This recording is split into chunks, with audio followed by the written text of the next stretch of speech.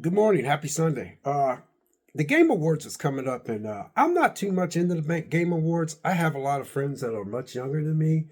When I became friends with them over a period of time. We're not like close friends, but you know how you meet people at work and stuff through passing. And they told me about the Game Awards, and back when E3 was big back then before it declined and all that kind of stuff. Got me interested, and I used to check some of that stuff out. Now, last time I watched the Game Awards, I noticed it was a lot of trailers, but I think that Astro Bot should be Game of the Year. That's just my personal opinion. I know the Game Awards are coming up, and I know that pretty soon, this is a small channel, but I was thinking about this last night when I was playing a video game. Uh, I was playing a video game last night, and I was thinking about, man, it'd be nice if Astro Bot would get Game of the Year. But you got Black Myth, Wukong. You also got Final Fantasy Rebirth. You also got the Elden Ring DLC, and then you got some card game that's up. But I honestly think this should be Game of the Year. This is such a breath of fresh air. It's something totally just that came out of left field. Even though Astrobot Playroom was on the PS5, but they made a whole complete game. Not to mention that they had free DLC. That came out every 2 weeks. I'm amazed at this game. I think Sony did a tremendous job. I would like to see Sony, actually make more games like this. Keep it simple instead of trying to make these $500 million games and stuff. I'm not saying this game is cheap, but I'm saying that the company should start making shorter games. And I think that the hardware is important. I do. I think the graphics is important. I get it. But I think it's your content that you need to focus on. A lot of these companies are in the, all these 30 FPSs and 60 frames per second, all that technical stuff, and all that stuff that they be talking about. But we need companies to say, hey, we're gonna make some video games, and we're gonna start charging people like, I don't know, $50 for a game that's only like 8 hours long. I really do. I just think that they're if they would do that, you know, if they would actually do that, sorry about my hand. If they actually would do that, we would be more into that because we know we would have a game. A lot of people, you guys. My kids are in their 30s, all of them. My youngest is on the cusp of being 30 years old. He's the youngest. A lot of people are in their 30s, they're in their 40s. And a lot of these people have been playing video games ever since they've been little. And some of them are not playing video games anymore. You talk to some of them, they'll sit there and say, oh, I just don't get into it no more.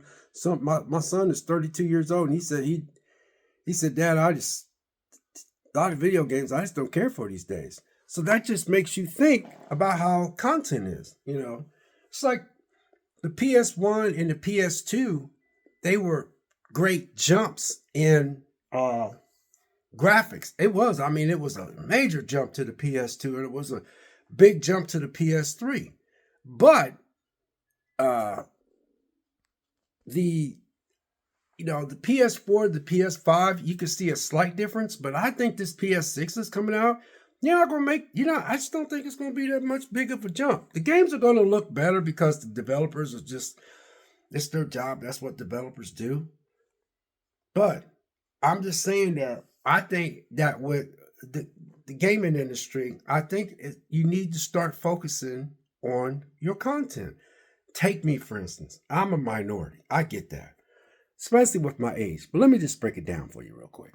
Like when I play Until Dawn, a lot of people told me they don't care for that game. If I play Little Hope, um, um, all those games where you're inside the game and you got they got all these expressions. You got Until Dawn, Little Hope.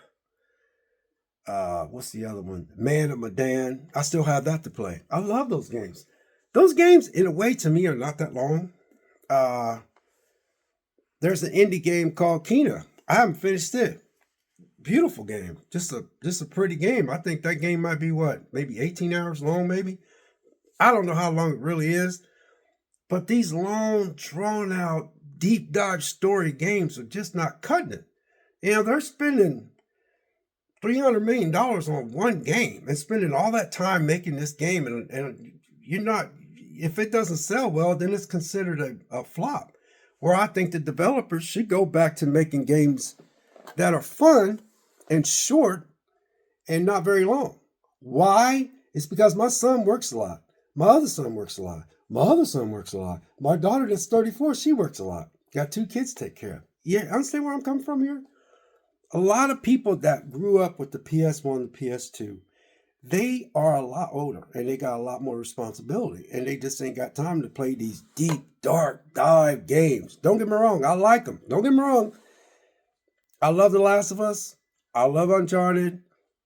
It has to be and yeah, y'all know I'm a big Tomb Raider fan, and I love Tomb Raider. I don't know why I could play those games over and over.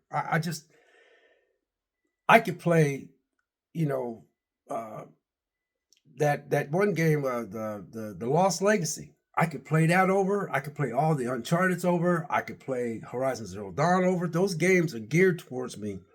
I'm moving forward, and I just love those type of games. But there's just Black Myth Wukong. I didn't give it a chance because I'm not gonna buy. I'm on a buying freeze right now. I mean, after I spent that money on that Steam Deck, I still got Hogwarts Legacy. I got plenty of games to keep me preoccupied. So the company should work on content. It's like Netflix. Netflix works on content. That's how they keep their subscribers happy. Every time I want to unsubscribe out of Netflix, I'll just turn on Netflix and I'll be like, what the, man, that looks good. Or I'll watch something, go, man, that was a good movie. Damn, Netflix, what the hell?